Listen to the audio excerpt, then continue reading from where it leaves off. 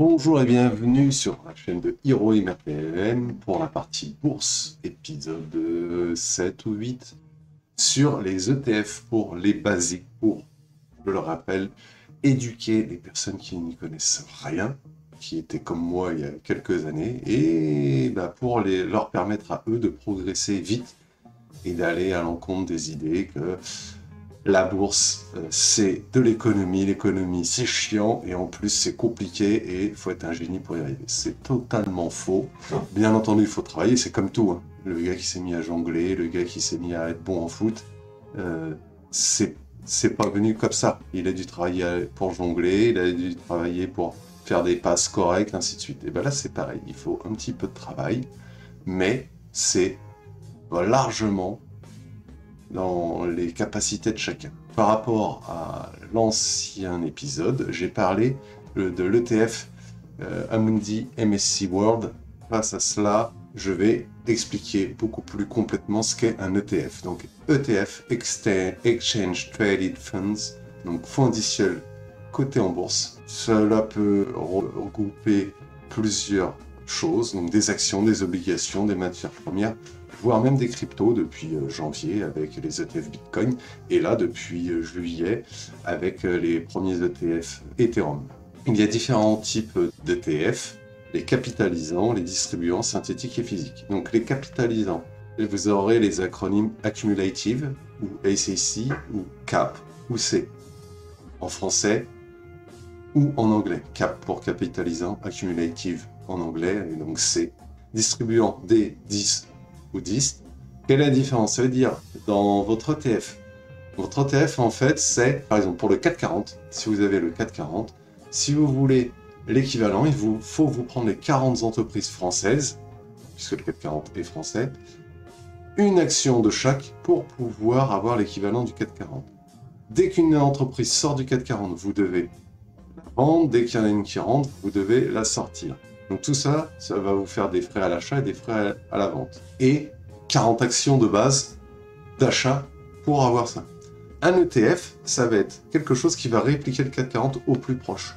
Donc au lieu d'acheter 40 actions et d'acheter et de vendre au fur et à mesure de la journée, entre le 40e qui devient 41e et inversement, par exemple, là, vous suivez un sac qui contient ces 40 actions, et avec ces 40 actions, vous ne l'avez acheté qu'une seule fois. Vous n'avez qu'une seule fois les frais d'achat, et c'est lorsque vous vendez l'ensemble de l'ETF que vous vendez vos frais, si vous en avez avec votre broker, pour la vente. Donc déjà, c'est beaucoup plus simple. Également, lorsque vous achetez les actions comme ça en stock picking, vous allez avoir des frais, et peut-être même des frais de garde. Là, les frais pour les ETF sont minimum, si vous faites attention, il y en a qui sont chers, mais en majorité, les frais d'un ETF comptent 0,2%. C'est pas 1%, 1, non, 0,2%. Et même certains sont à 0,10 ou voire même moins. Si vous allez sur une banque normale, un ETF, il va vous le faire à 0,7%. Donc, 3 fois et demi le tarif d'un ETF si vous vous en occupez. Pareil sur certaines assurances vie et tout, faites hyper attention. Ces organismes se gavent sur votre dos de frais. Que vous gagnez ou pas, eux prendront les frais. Préférez une gestion directe par vous-même que passer par ces organismes-là. Vous avez dans votre ETF par exemple des actions qui donnent des dividendes. Soit les dividendes, vous disiez, moi je veux les recevoir. Donc votre ETF, qu'il soit sur un CTO, un PEA ou tout autre. Vous recevez une action, obligatoirement flat tax à 30%. Si vous partez sur une optique long terme comme moi pour 5, 10, 15, 20 ans, pour détenir certaines marques, certaines actions, là, qu'est-ce qui vous intéresse? Ça va être d'avoir le moins de frais possible. Si vous gagnez, je dis des bêtises, 10 € de gain sur des dividendes. Avec la flat tax, vous touchez plus que 7. Vous avez 7 et ainsi de suite. Ça, c'est si vous êtes distribuant. Si c'est capitalisant, sur les 10 sont automatiquement remis à l'intérieur. Vous ne touchez pas l'argent, vous ne gagnez pas d'argent, entre guillemets, mais le montant augmente. Ce qui fait que vous n'aurez qu'une flat tax complète à l'issue de la revente, et pas pendant les années d'attente. Donc, vous aurez vraiment 10 pour les fois d'après, et non pas 7 maintenant. Ça vous fera sur du long terme, ce petit effet boule de neige de 30% quand même sur les gains qui vous permettra d'augmenter beaucoup plus vite. Après, vous avez les synthétiques et les physiques. Synthétique, c'est vous ne détenez en réalité aucune action. C'est le broker qui, lui, a les actions et vous donne quelque chose au plus proche. Le physique, c'est un ETF, vous détenez ses actions. Le synthétique se fait beaucoup sur certains brokers où vous arrivez à faire des fractions d'actions. Tant que vous n'avez pas l'équivalent d'une action complète, si vous achetez régulièrement 10% 0,1 action, au bout de 10 fois, vous avez l'équivalent d'une action. Là, cette action peut se transformer de synthétique en physique, mais sinon, ça ne vous appartient pas. Quelle est la différence? Si c'est une action en physique, vous avez le droit de vote à l'Assemblée Générale. Vous allez recevoir les papiers pour toutes les Assemblées Générales avec toutes les dépenses, toutes les rentrées d'argent de l'entreprise. En synthétique, vous n'avez rien du tout. Vous n'avez aucun sous-jacent. Vous avez juste la différence au plus proche des variations de prix. Les ETF ont tout un numéro ISIN. Donc là, toujours 12 caractères. C'est international. On peut voir par exemple Microsoft, US, blablabla. Bla. Les deux premiers chiffres, ce sont toujours les codes du pays, puis après le numéro d'entreprise. Total, FR, oui, c'est en France encore. Est-ce qu'ils déménageront à New York pour le New York Stock Exchange, le NYSE? On ne sait pas. Apple, US, Indice 440, et oui, français, FR. Nestlé, Suisse, CH, Hermès, FR. Les ETF ont aussi des numéros ISIN tels que les actions. Donc si vous connaissez le numéro ISIN, si vous avez un doute, puisque des fois les noms peuvent être proches, si vous avez le numéro ISIN spécifique d'un ETF, vous pouvez être sûr que c'est bien celui-là et non pas un qui a un nom très très proche. Sur les noms, on y arrive justement. Comment lire le nom d'un ETF? Il y a 4 parties différentes. 1. Le nom du fournisseur. 2. Le nom de l'indice. 3. Les avis réglementaires. Et 4. Les caractéristiques. Donc, par exemple, celui-ci, iShare Core, FTSE, on dit FTSE, FTSE 100, UCITS ETF 10. Donc là, iShare, c'est le nom du fournisseur, on verra après. Core FTSE 100, c'est le nom de l'indice. Avis réglementaire, UCITS, ça veut dire Europe, en ETF, et caractéristiques ici, distribuant. On voit ça un peu plus dans le détail. Les noms des fournisseurs, il peut y avoir BNP, mais là c'est iShare, Xtracker, Amundi, Lyxor. Alors Amundi et Lyxor ont fusionné, donc avec le temps il devrait y avoir plus que des Amundi. Vanguard, vous pouvez avoir du BNP Paribas, vous pouvez avoir autre chose, mais les premiers, ce sont le nom de l'entreprise qui fait ça, comme BlackRock. BlackRock est un très gros fonds pour ça. Les noms des indices, comme on a dit, ça peut être 440, S&P 500, donc aux États-Unis, Emerging Market, les marchés émergents. Ça peut être les zones géographiques, ou celui que j'avais dans l'épisode précédent, l'épisode 6 ou 7, où justement sur mon PEA, on voyait MSCI World. C'est exactement celui-là. Avis réglementaire, donc c'est ce qu'on disait tout à l'heure, lucide pour Undertaking for Collective Investment in Transferable Securities. C'est-à-dire que c'est fait pour l'Europe. Ça peut également s'appeler SICAV ou OPCVM. Je reviendrai sur ces titres dans une autre vidéo. Il peut y avoir donc UCITS ETF, ETC, Exchange Traded Commodities, ETN, Exchange Traded Notice. Ça nous donne les différents types de choses qui peuvent être à l'intérieur et si c'est européen ou autre. Les caractéristiques. Donc les caractéristiques, ça peut être par exemple USD. Donc si c'est en dollars, en euros, EUR, en yens, en ce qu'on veut. Si c'est long, donc long en achat normal, short, donc on parie à la baisse. Short, il peut y avoir 2x, 3x, 4x. Ça, c'est les multiplicateurs. Les comparatifs. J'ai fait des tableaux par rapport à la dernière vidéo pour des ouvertures de compte sur là, donc Fortuneo, Saxo, Bourse Direct, Boursorama, Before Bank et un PEA lambda pour n'importe quel banquier. Certains ont des formules, c'est la première colonne après le nom. Pas forcément d'intérêt, mais bon, pour ceux qui seraient intéressés. Les minimums de dépôt à l'ouverture. Pour Fortuneo, on voit que c'est 100 €. Saxo, 1 €. Bourse Direct, 1 €. Boursorama, 300 €. Before Bank, 1000 €. Et un PEA lambda, en général, 100 €. Donc les PEA lambda, je répète, ça peut être Société Générale, Crédit Agricole, CL ou n'importe quelle autre banque comme ça. Pas d'inactivité. Alors, pas d'inactivité, ça veut dire au bout d'un certain temps, ça peut être 1 mois, 3 mois, 6 mois, 1 an. Ça dépend des brokers. ils vont vous dire, si vous ne faites rien, vous devez payer, parce que ça nous coûte de l'argent. Donc là, vous pouvez voir que tout est gratuit, sauf pour les banques classiques. Droit de garde, et bien là, c'est, vous ne faites rien, vous payez. Droit de garde, c'est que vous fassiez quelque chose ou pas, le simple fait que vous soyez chez nous, on estime que vous devez nous payer. Voilà, c'est comme ça. Et donc, on peut le voir, pour tous, sauf pour les PEA lambda, c'est gratuit. Pour PEA lambda, 4,50 € plus 0,30% par ligne et par an. Donc si vous avez 10 lignes, et bien là, déjà, ça vous fait une petite somme. Après, ça dépend de la ligne. Si c'est une ligne à 100 €, ça vous fera que 30 centimes, mais sinon, si c'est une ligne à 1000, ça fait 3 €. Avec, ça ce sont des moyennes, minimum 25 € par compte. Donc là, gratuitement, voilà, vous êtes chez eux, pour vous récompenser de votre fidélité, de payer plus cher, et bien vous allez continuer à payer plus cher. Maintenant, les frais pour les ordres allant jusqu'à 500 €. Fortunéo, le premier ordre du mois dans cette gamme, est gratuit. Ça représente la majorité des personnes.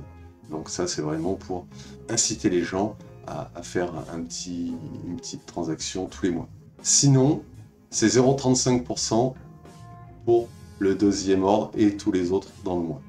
Saxo Bank, 0,5%. Donc déjà, il est un peu plus cher, plus 0,15%. Bourse Directe, 0,99 centimes. Et ça va jusqu'à 0,50% maximum en fonction du montant. Mais bon, déjà à 0,99 centimes, pour ne serait-ce que 100, ça fait moins d'1%.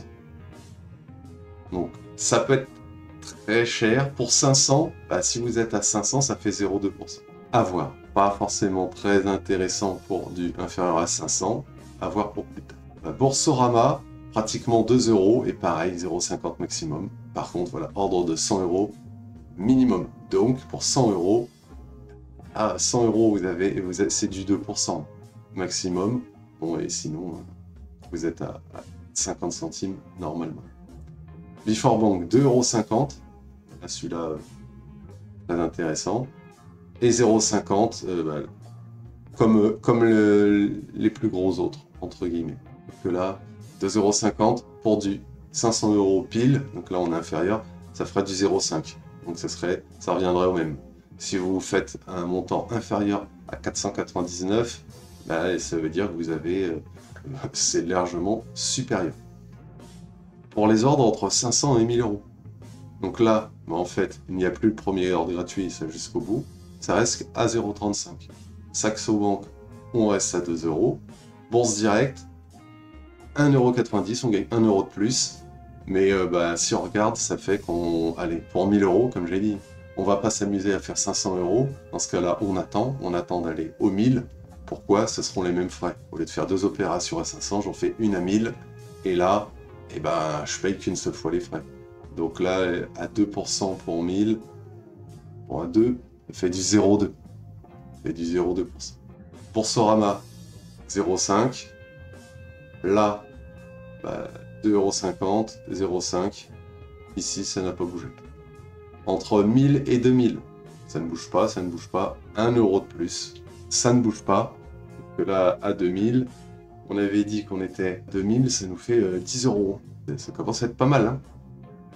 5 €, 0,5. Là, ça reste constant, mais on peut voir 0,5% de 2000, 10 €. À 0,5, on est au double, par exemple, de Before Bank. Celui-là, on est peut-être à 2,90 et à 2. Par contre, 10 € pour 2000. Hein. Ensuite, supérieur à 2000. En vrai, c'est de 2 à 3000. Là, ça ne bouge pas. Là, 2 € minimum.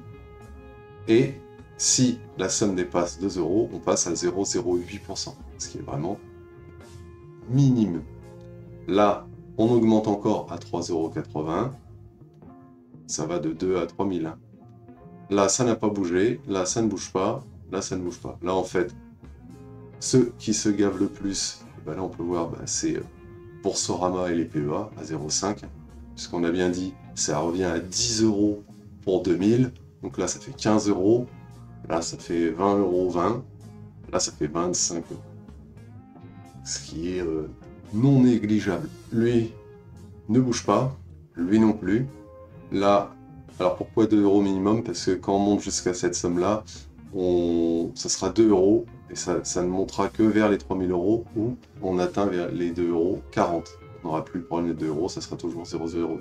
Là, la somme devient de plus en plus intéressante. 3,80 euros, c'est fixe. L'avantage, c'est qu'on n'a pas besoin de calculer, on le sait. Comme j'ai dit, le but dans ce cas-là, c'est d'essayer d'aller toujours gratter le montant maximum pour les dépenses minimales, quand c'est faisable. Là, ça commence à être des ordres qu'on ne fait pas régulièrement. 2000, 3000, pas pour tout le monde. Certains le font, tant mieux pour eux. Ordre supérieur à 4400 euros. Là, petit changement, on passe à 0,09%. Donc on devient très proche de Saxo Bank. Ce sont les deux plus bas. Before Bank, minimum 10 euros. On a vu que par rapport à 2K, oui, c'est logique. 2K, c'était 5 euros. Là, on est à 4400, ça fait le double. C'est très bien. Si on calcule 0,13% de 4400, ça fait 5,72 euros. Oui, c'est ça. Ça sera 10 euros minimum. Là, il ne faut pas réfléchir. C'est 0,13% à partir du moment où on atteindra les 10 euros. Là, on n'y est pas encore. On ne les atteint pas. 10 euros. Alors que là, bon, comme on a dit, hein, 5, là, ça fait 15 euros. 22, 25. Beaucoup plus cher. Là, on est encore en dessous. Là, du coup, les tarifs sont minimales. Pour le 5K, là, ça ne bouge plus pour le moment. Et pour les plus gros ordres, donc 7500, là, ça ne bouge pas. Voilà, ce sont toujours les mêmes. Là où ça change, ordre à 10 000. 10 000 piles, ça tombe bien. Un ordre à 10 000, oui, 0,35% de 10 000, ça fait 35. Ça fait bien 8, ça fait bien 9. On les a, on a nos chiffres. Donc là, là 0,13%, ça fait 13. Et là, 45. Ils font un effort. Notez, les banques font un effort à 10 000 piles. Ils vous offrent 5 euros. Au-dessus et en dessous, c'est reparti. Ordre supérieur à 10 000 euros, quel qu'il soit, on repart sur les mêmes chiffres. 0,35, 0,8, 0,08, 0,09, 0,50, 0,13, il n'y a plus là. On a donc dépassé les 10 euros. Donc maintenant, ce sera 0,13%. Et là, on retourne sur du 0,50. Pour moi, les plus et les moins. Donc pour Fortunéo, donc l'ordre gratuit, ça c'est vraiment très bien. Par contre, bon, c'est des frais relativement élevés par rapport à d'autres tels que Saxo ou Boursier. Pour Saxo, très bas pour les ordres supérieurs à 500 euros. Pour les plus, très élevé pour les petits montants au départ. Ce qui correspond plus au cas des gens comme nous. Bourse Direct, celui chez qui je suis, en général a des frais, sauf les frais de portage pour les bourses européennes. Là, c'est 15 euros minimum quand ça n'appartient pas à Euronext. Boursorama, c'est une banque. Donc ça, vous avez tous les... Ça, c'est un broker. Ça aussi, c'est une banque. Boursorama, donc tous les avantages de la banque. Et par contre, les moins, c'est si vous n'êtes pas dans la banque de Boursorama, vous n'avez pas accès. Before Bank, également en banque. Frais de courtage, pareil que pour Bourse Direct. Sauf que eux sont de 18, je dis pas de bêtises à cette heure-ci. Bon la banque, les plus, j'en vois pas. C'est juste les plus chers, quelle que soit la case. Voilà, c'est ceux qui ont le plus de frais, c'est ceux qui sont les plus chers, les moins attractifs. Voilà, et voilà, les moins, tout est dit. Donc ça, c'est un petit plus par rapport à la vidéo de la semaine dernière, pour un comparatif que certains m'ont demandé. N'hésitez pas à laisser un petit pouce, à vous abonner, au pire des cas, si vraiment le cœur vous en dit. Moi, ça me fera vraiment plaisir. Ça prouve que mon travail est un minimum qualitatif, même si j'essaye de faire au mieux. Je vous dis à la prochaine.